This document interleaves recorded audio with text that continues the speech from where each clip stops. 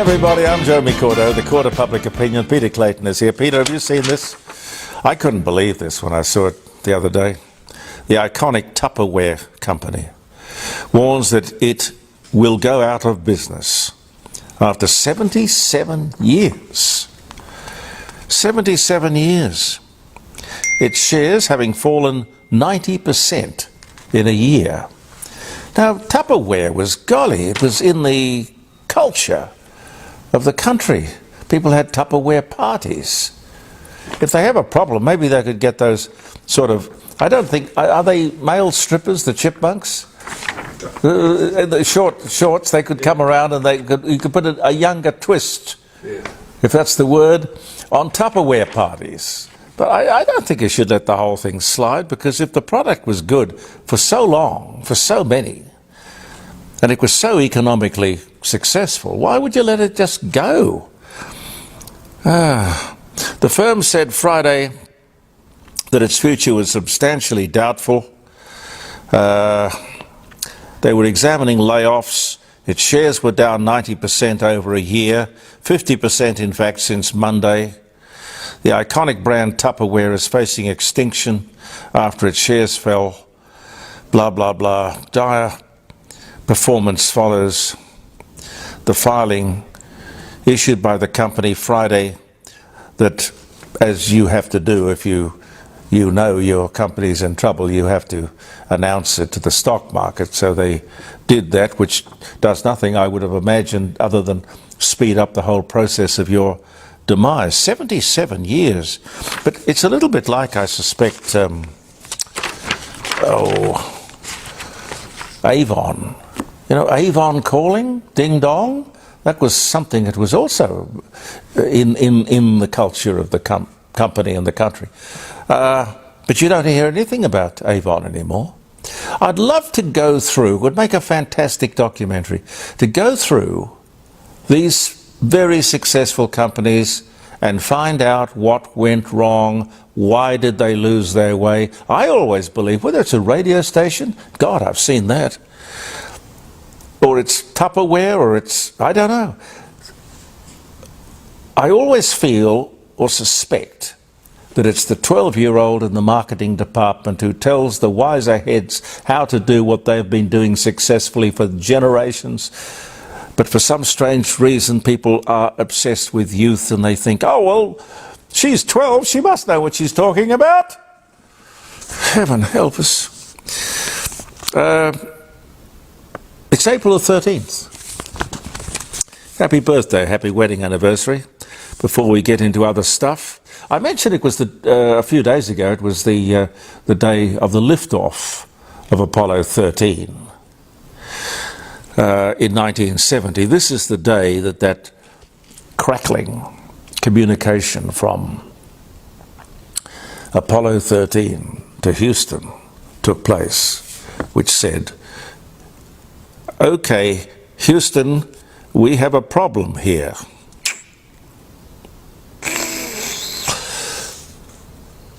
An oxygen tank explodes en route to the moon, and they have to do... Anyway, you've probably seen the movie.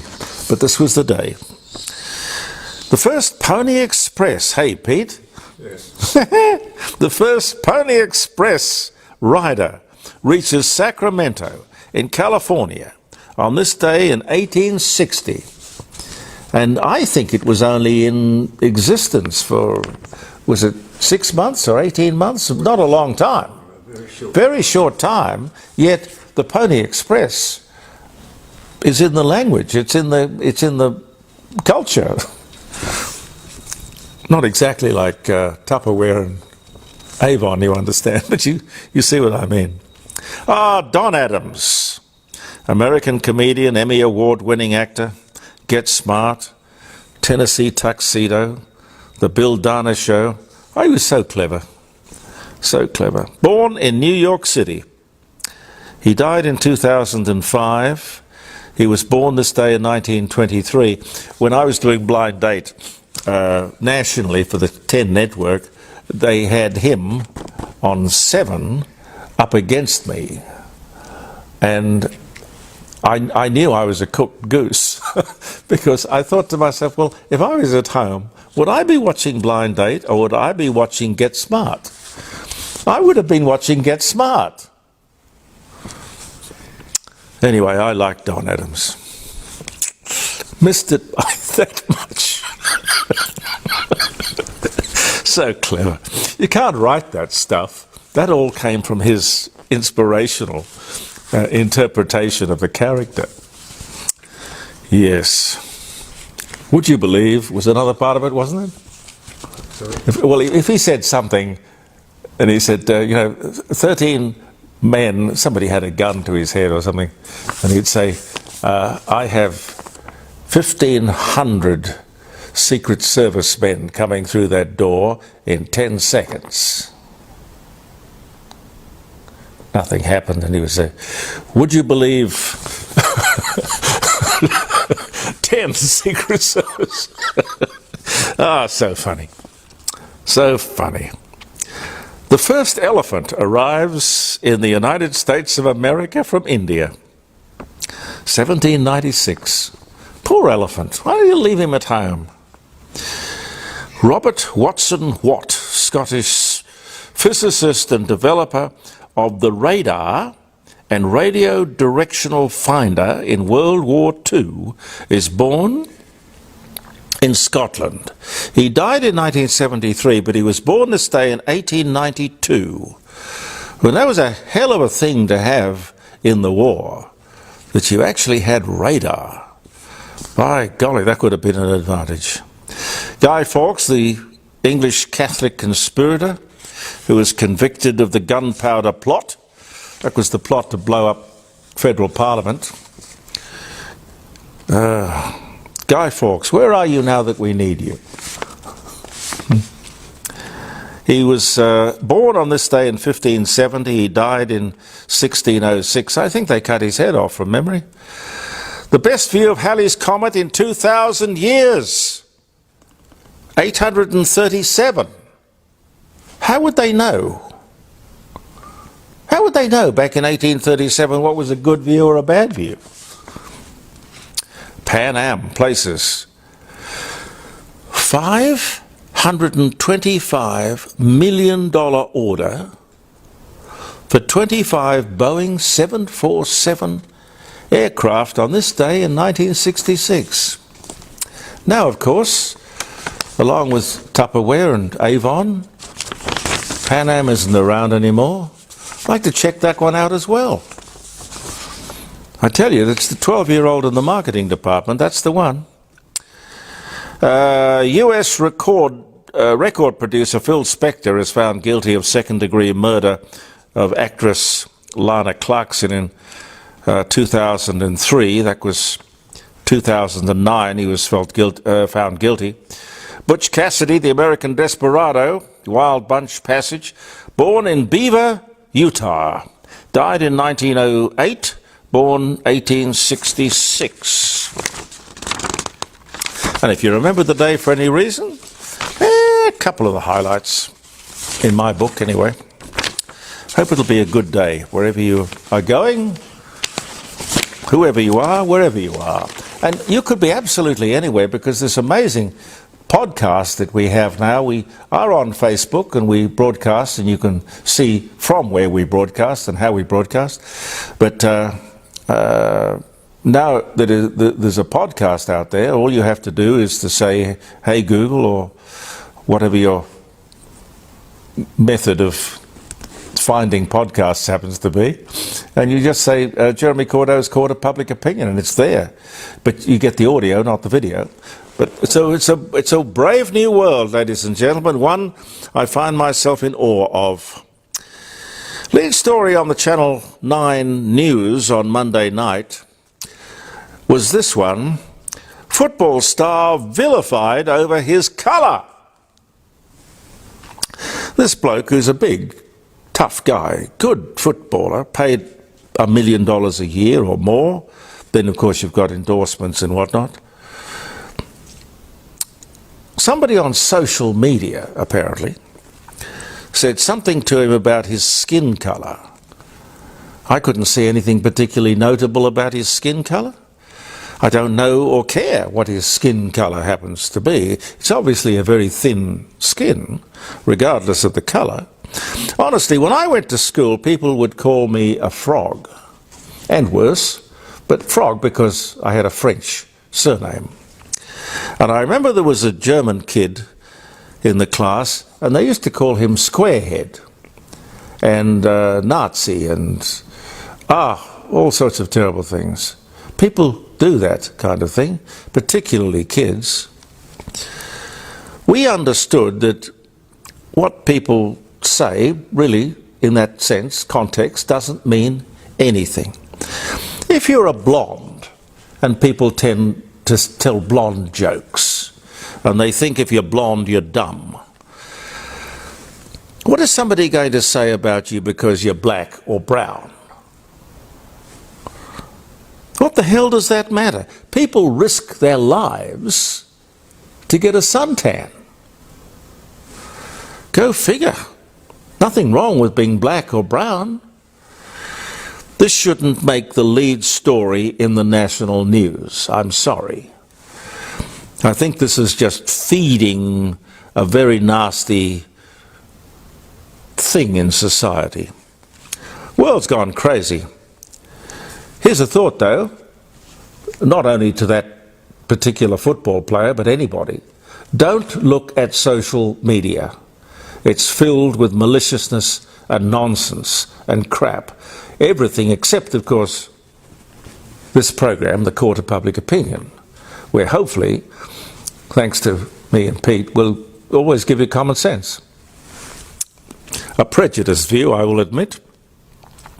A Save the Children commercial running on the media today and every day said something like this: "We fear that if we don't do something, 25 million children will die in Yemen." This is the war in Yemen, civil war. "We need your donation to save these children."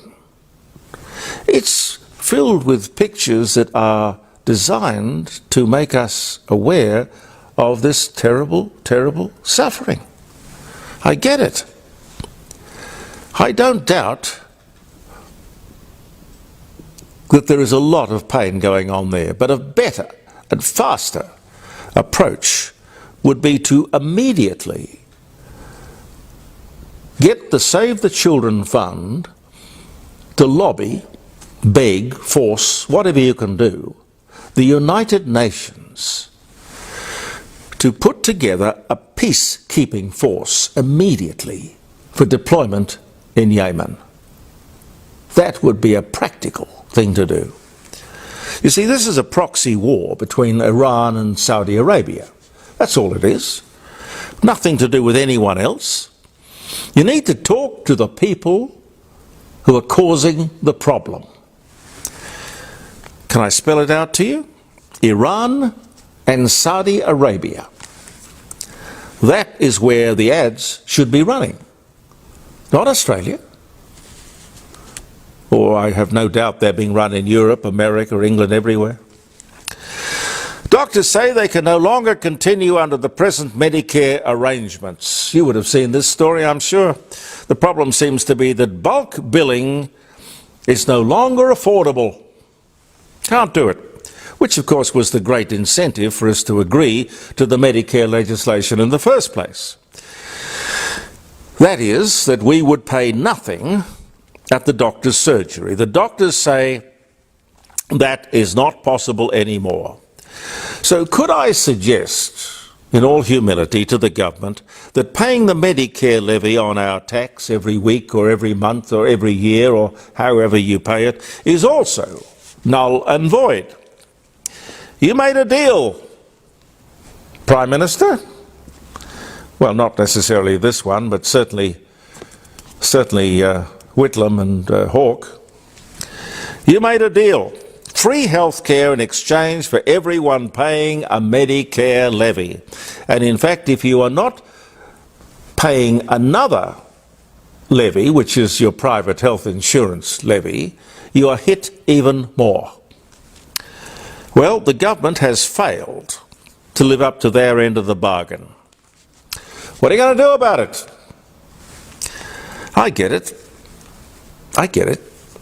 You reckon the AMA and the doctors, everybody else, and the media, they reckon no one will remember the Medicare levy and the deal that was done. Well, I remember, and I will keep reminding people in the court of public opinion, you can't. You do a deal, you stick to it. You can't just renege on it. The Libs are out of the closet. They have announced that they will not support the Voice. You would have caught up with this. They will not support the Voice, but that does not include their shadow Attorney General, Julian Lesser. I would have sacked him. You know, I would have sacked him, because nobody can be that stupid, really. No one with half a brain would support the Voice. Can you imagine 3% of the population making demands of the majority in a democracy? This is so absurd as to be silly. Now, this is the government that we elected. Yet, if you're going to have a voice for Aboriginal people, 3% of the population, aren't you going to have a voice for the disabled, the refugees, migrants, homosexuals, vegans, cyclists, methylated spiritualists? No, that'd be less than 3%, I think. Surely a voice for women, a separate voice for women. 50% of the population, women. Now that could be a good idea. Look, Aboriginal people have 11 representatives in Parliament. That's over 5% of the number of people in Parliament. 5% in Parliament, yet only 3% in the population. That is what you call over-representation, I think. Has anybody pointed that out? I haven't heard it. What's wrong with the status quo? What's the real problem they're trying to fix? The Prime Minister says, if not now, when? Well, sir, I have a better question. Why? Why? Listening to Noel Peterson just before Easter, fine man, fine Aboriginal leader, he talks about the Judas betrayal of Australia by Peter Dutton. Look, I have spoken to Noel Peterson many times, but all the hyperbole and all of the campaigning by the ABC will not force Australia to do something as dangerous as this Voice thing. It's a watershed moment. It's a watershed moment in the history of this country. Frankly, I call on the ABC, speaking of them, I call on the management of the ABC to resign. In all seriousness, I have never seen such political interference, campaigning, and lack of objectivity from a broadcaster in my 60 years in the media. I think they're a disgrace. At least, if they're going to go on like this, let them issue a disclaimer. Just say openly, we are campaigning for a yes vote at the referendum. Now that's integrity. You know what integrity is, don't you? Aboriginal people are not stupid. They will wake up and they'll ask the fundamental question, where is the money? Where is the money? Where do the billions and billions and billions of dollars that are given, allocated to Aboriginal people, where do they actually go? When that happens, Prime Minister, that will be a moment of real awakening. I look forward to that. And Prime Minister, if all of this is about Aboriginal recognition in the Constitution, if you want to look it up, it's there. Section 51(26). Look it up, it's there. And just before I leave you, on more or less the same subject, I heard Fred Chaney, the former Liberal Aboriginal Affairs Minister, beating Peter Dutton over the head, extolling the virtues he was of the Voice on, of course, the ABC. He wouldn't have been spoken to, I suspect, had he not been pro the Voice. He said it was a Liberal scare campaign. The Liberals were trying to resurrect what they did with the Mabo land rights issue all those years ago, when there was a campaign that talked about people losing their backyards. I remember. And really, most land, in truth, would be contestable under Mabo. But again, he described it as a scare campaign. Can I remind you that because of Mabo, it really is because of Mabo, 50% of this country is now owned by Aboriginal people. And the 15,000 square kilometres in Central Australia that was given to Aboriginal people just the other day, that means they now have a shade over 51% of the entire country. They didn't buy it, they have been given it, or they have legal title to it. But are they happy? Are they happy? No, clearly not. What have they done with their more than 50% of the country? What progress have they made with it? Now, whether that whole Mabo thing affected your backyard or not, I don't know. Was it a scare campaign? Back there in the 1970s, if you would have said to the people of Australia, Mabo will result in half the country being given to Aboriginal people, would you have agreed to that? Would you? Would you have agreed? Would you have thought it was a good idea? I think it was probably a pretty accurate assessment, mind you. Maybe you didn't lose your backyard, but clearly a lot of people did. Half of this country is now black, half of it is white. The only difference, of course, being that white people had to buy their property. Aboriginals were given their property, and that privilege was based on nothing more than the colour of their skin, which I remind you, again, is racism, which I'm pretty sure you and I would want nothing to do with. Thanks for viewing the Court of Public Opinion. We'll be back to round up the week tomorrow. Believe in yourself. I'm Jeremy Cordeaux, and goodbye for now.